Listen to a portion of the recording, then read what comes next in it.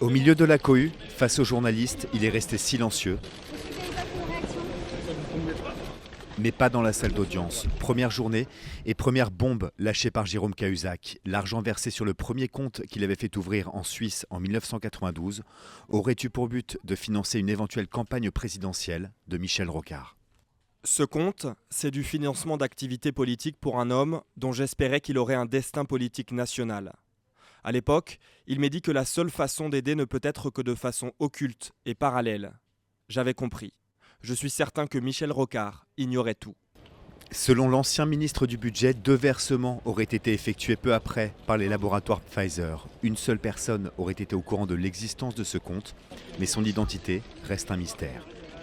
De 1988 à 1991, Jérôme Cahuzac travaillait au cabinet du ministre de la Santé Claude Évin dans le gouvernement de Michel Rocard. Selon Mediapart, à l'origine de l'affaire Cahuzac, il y aurait bien eu à l'époque un système de dessous de table et de corruption au ministère de la Santé. Je suis désolé, soit on est dans une œuvre de vérité et de justice, alors il faut être plus précis, y compris sur la question des noms. Je veux dire, s'il y a des gens qui étaient responsables à l'époque d'un financement politique occulte, qui sont aujourd'hui, je ne sais pas, dans le gouvernement ou dans l'appareil d'État, on doit le savoir.